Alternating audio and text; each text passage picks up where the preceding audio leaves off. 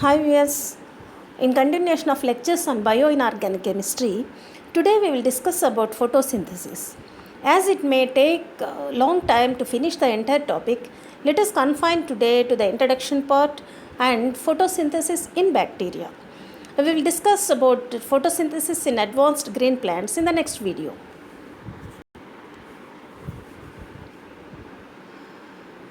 So these are the topics we will have a look today.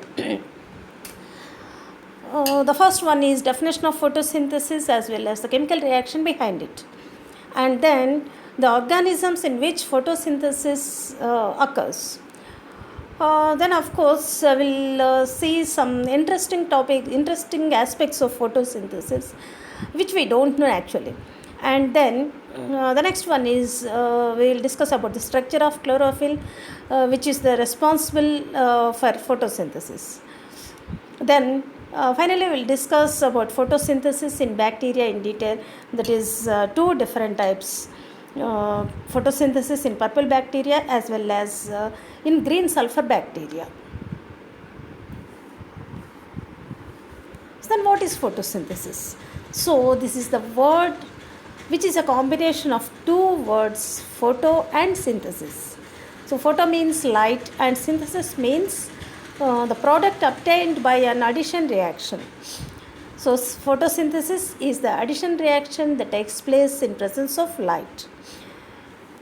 So the formation of glucose and oxygen by the reaction between carbon dioxide and water, which is a skillful reaction using light energy, that is called photosynthesis. In other words, photosynthesis is a light driven process in which carbon dioxide is fixed to yield carbohydrates. So in this reaction, 6 moles of carbon dioxide reacts with 6 moles of water in presence of radiation to produce 1 molecule of glucose just by evolving 6 moles of oxygen gas. Here we can see that respiration is the reversible reaction of photosynthesis in which carbohydrates are consumed to produce carbon dioxide and water along with heat energy. So we can say that photosynthesis is very important as it produces food for all the living organisms to survive. So photosynthesis makes the planet livable. Next, our doubt is whether photosynthesis occurs in all the living organisms. Of course, no. We know the answer is no. Then what are the organisms that can experience photosynthesis? Usually we know that all the green plants can produce food through this photosynthesis. So a pigment by name chlorophyll is responsible for photosynthesis. Are there any other living organisms that experience photosynthesis? Yes. So in certain algae and bacteria and of course in green plants, chloroplasts are present in which chlorophyll is present. So chlorophyll is present in the organelles called chloroplasts. So a green pigment called chlorophyll is present in these chloroplasts, which is responsible for photosynthesis. Here we see some interesting facts about photosynthesis. So what are these interesting aspects? Actually, we feel that the oxygen evolved in photosynthesis is coming out of carbon dioxide, but it is false. Oxygen evolved in photosynthesis is from water molecule, that is not from carbon dioxide, and it is proved by the isotopic studies also. Then photosynthesis may take place without evolving oxygen also. In some bacteria, sulfur is the byproduct in place of oxygen and the reactant is hydrogen sulfide, but it is not water. So in bacteria, the reactants are carbon dioxide as well as hydrogen sulfide.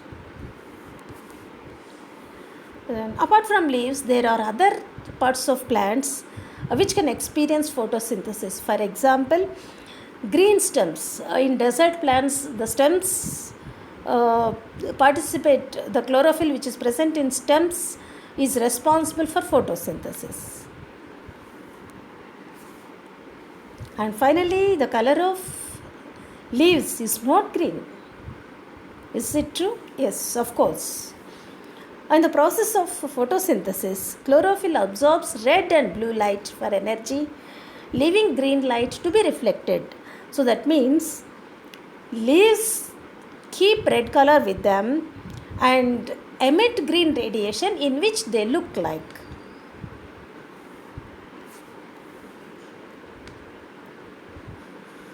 Then this photosynthesis, it takes place in two phases. So all the two phases actually do not need light radiation. Of course, the first step only needs light.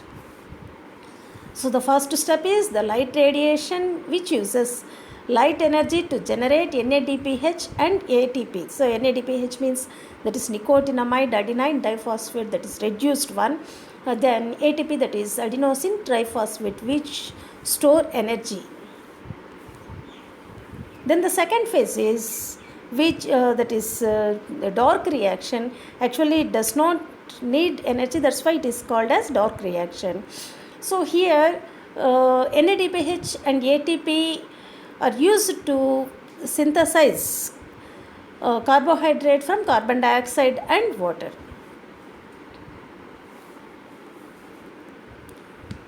Then let us see the structure of chlorophyll, which is actually responsible for the entire process, that is photosynthesis.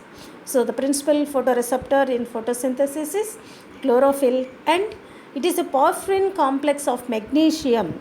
So just like heme, it is a porphyrin complex, and all the green leaves have this chlorophyll, and it plays an important role in receiving light energy and transferring the light to redox reaction systems.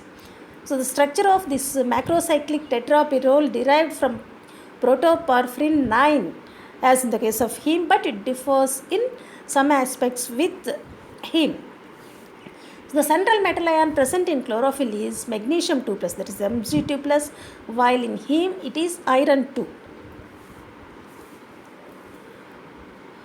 Then the second difference is that the third pyrrole ring is fused to cyclopentanone ring.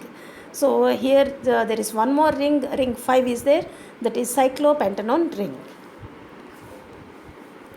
Then the fourth pyrrole ring is partially reduced in chlorophyll A and chlorophyll B, whereas it is not reduced in heme protoporphyrin.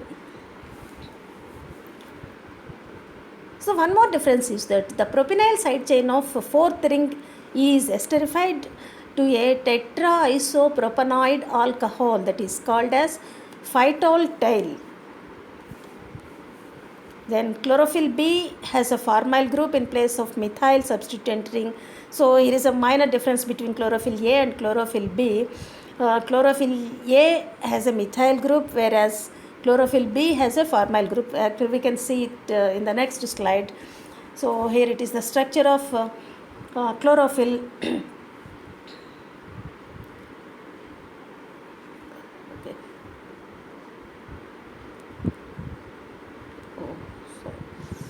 Okay, so this is porphyrin, protoporphyrin ring. Here we have a letter R that indicates in chlorophyll A it is methyl methyl group, whereas in chlorophyll B it is a formyl group. So let us see in the third ring. So this is the third pyrrole ring. Here it is fused to a cyclopentanone ring. So another fifth ring is there, that is called cyclopentanone ring. And then coming to the fourth pyrrole ring. So here is the fourth pyrrole ring. So here we can see this long phytol tail. So in heme, actually it is not there. In heme we can see a carboxyl group present there, but in chlorophyll we can see phytol tail. Okay, so this is the structure of chlorophyll. Now let us see the process of photosynthesis in bacteria. So apart from so many green plants, certain bacteria also experience photosynthesis. But of course, photosynthetic bacteria have relatively simple phototransduction machinery. So that means in green plants it is quite complicated, but in bacteria it is simple. So there are two types of mechanisms in bacteria. So the first one is the mechanism that happens in purple bacteria. We can say it as type 2, or it is also called as pheophytin quinone reaction mechanism. Then the second type, actually we should not say it as second type, it is called type 1, of course, as we are discussing later, that is called as type 1, which happens in green sulfur bacteria, and it is also called as iron sulfur reaction mechanism. So let us see in detail. So this is purple bacteria, and these purple bacteria are a group of proteobacteria, means primitive bacteria, and these are capable of photosynthesis, and they are anaerobic or microaerophilic and are often found in hot springs or stagnant water. Unlike plants, algae and cyanobacteria, they don't use water as their reducing agent, but they use hydrogen sulfide, and they do not produce oxygen also. So in place of oxygen they produce granules of elemental sulfur. So this type 2 reaction is also called as the pheophytin quinone reaction mechanism. So here we can see the reaction. In first step, carbon dioxide reacts with hydrogen sulfide to give carbohydrate along with sulfur granules, and this sulfur further converted into sulfuric acid in the second step. So this photosynthetic machinery in purple bacteria consists of three basic modules. These are the first one is single reaction center, that is P870, or we can say it as PS870. Actually 870 means nothing but that's the wavelength of radiation. So this system absorbs the radiation of wavelength having 870 nanometers. So the second module is a cytochrome BC1 complex. Then the third module is an ATP synthase. In fact, any photosynthetic mechanism consists of these three modules. Of course, in addition, there may be some other modules. Let us see the mechanism in detail. So the electron transport chain begins with the reaction center bacteriochlorophyll, that is PS870, which becomes excited by the absorption of light. So this reaction center absorbs radiation, and then it gets excited, and this excited P870 donates an electron to bacteriophyophytin. So that is the next center or next carrier of electron, which then passes it on to a series of electron carriers down the electron chain. So there are so many electron carriers to carry to transfer the electron. So these are pheophytin carriers actually. So the next one is the pheophytin radical passes its electron to a tightly bound molecule of quinone, and then to a cytochrome BC1 complex.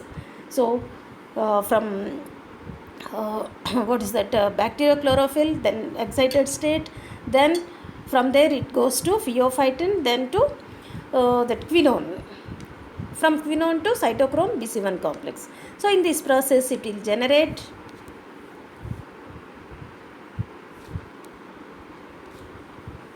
So in this process it will generate a proton motor force, that is PMF, which is a proton gradient, which can then be used to synthesize ATP by oxidative phosphorylation. So this one is used to synthesize ATP. Then the electron returns to the original center, that is PS870, at the end of the chain, so that it can be used again once the light excites the reaction center. So in this picture we can see how the electron flows in photosynthesis in purple bacteria, So electron transport begins when the reaction center. So this is the reaction center. It gets excited by by the absorption of light, and then this is the excited state. Then the electron goes from this reaction excited reaction center to bacteriophyophytin. So this is the bacteriophyophytin, which then passes the electron to a series of electron carriers. So here these are the actually here the only one is mentioned as Q, that is quinone. Actually some other carriers are there, a series of carriers are there from the quinone to cytochrome BC1 complex. So actually this is a iron complex, cytochrome BC1 complex, and in this process it will generate this one generate a proton motor force which can then be used. So this is NAD, it will be converted into, or it will be reduced to NADPH, and it is used to synthesize ATP by oxidative phosphorylation. So the electron comes back to reaction center from cytochrome BC1. So proton is being used by that NAD, and the electron comes back to the reaction center, which can be used again. So this is the same picture, of course, but here I pasted this image just to make you know to that series of electron carriers. So here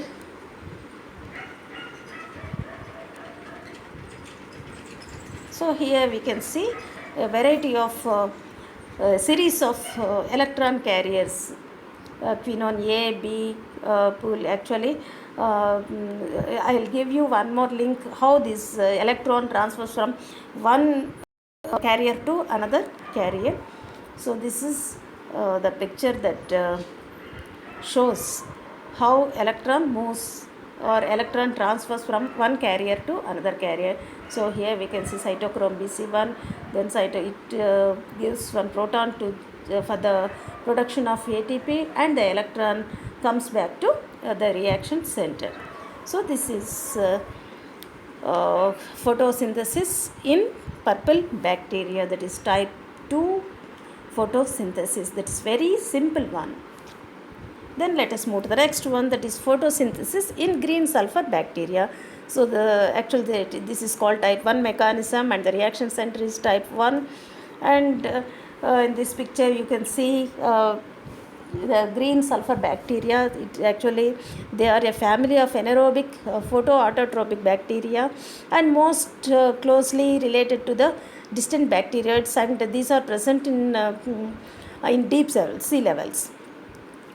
And the mechanism is also known as iron sulfur reaction mechanism.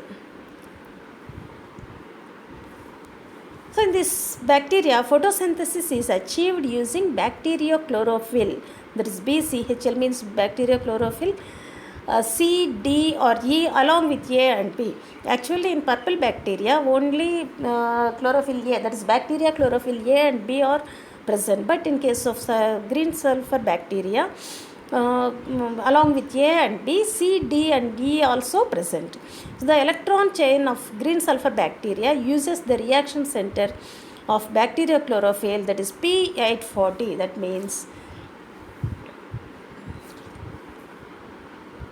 so it uses P840. That means the radiation of 840 nanometers enters the reaction center to excite the electron.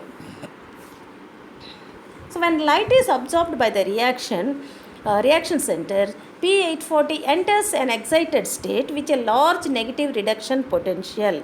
So electron moves from one stage to another stage only when the reduction there is a difference between the reduction potential.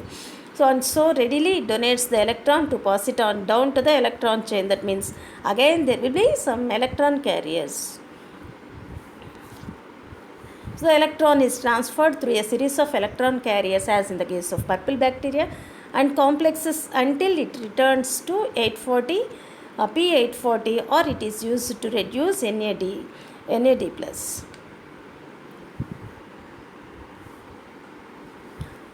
So here we can find a twist. Some of the electrons return to P840 for the electron transfer chain to function again, of course. And some of the electrons flow from reaction center to reaction to an iron sulfur protein that is called ferredoxin. So this ferredoxin, we didn't read it in purple bacteria. So this is present in green sulfur bacteria, which then passes electrons via ferredoxin NAD reductase, that is enzyme, to NAD plus to produce NADH, that is nicotinamide adenine dihydrate.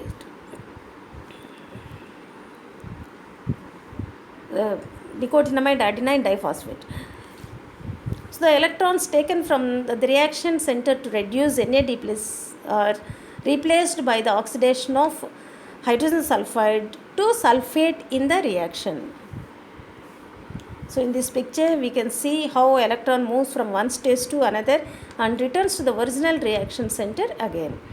So when light is absorbed by the reaction center, so here it is the reaction center, that is P840. It absorbs the radiation, this is light radiation of 840 nanometers, and goes to the excited state.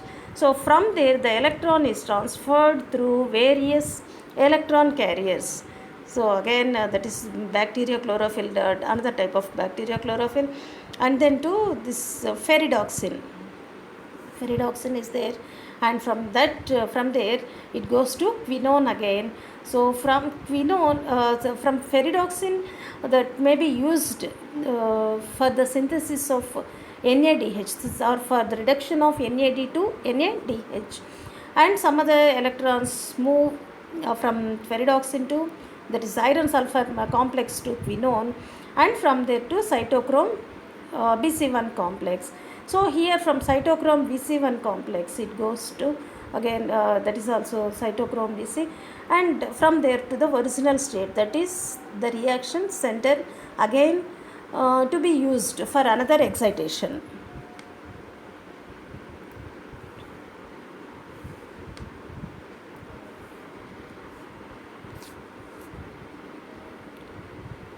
So this is the same picture, of course, but only thing is the formation of sulfate from hydrogen sulfide. So hydrogen sulfide gives granular sulfur first, then it will be converted into sulfate in the reaction. So let us see the differences between purple bacteria and green sulfur bacteria. Here we have some of the differences between these two. The first one is, as we know, that purple bacteria belongs to proteobacteria, whereas this green sulfur bacteria, it belongs to the family of photoautotropic bacteria. Then the second difference is the reaction center present in purple bacteria is P870, whereas it is P840. That means green sulfur bacteria absorbs the light radiation of 840 nanometers wavelength, whereas the purple bacteria, it absorbs the radiation of 870 nanometers wavelength. So then the third difference is mechanism. So in purple bacteria, we knew that type 2 mechanism is there, or we can say pheophytin quinone mechanism, whereas in green sulfur bacteria we have seen FES carrier intermediate in between the mechanism. So it is iron sulfur mechanism, or we can say it is type 1 mechanism.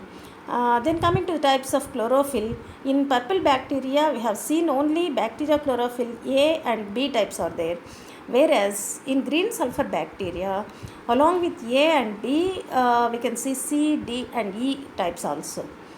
Then finally ferredoxin, an intermediate that pigment called peridoxin is involved in green sulfur bacteria, but it is not involved in purple bacteria. So these are the differences between purple bacteria and green sulfur bacteria.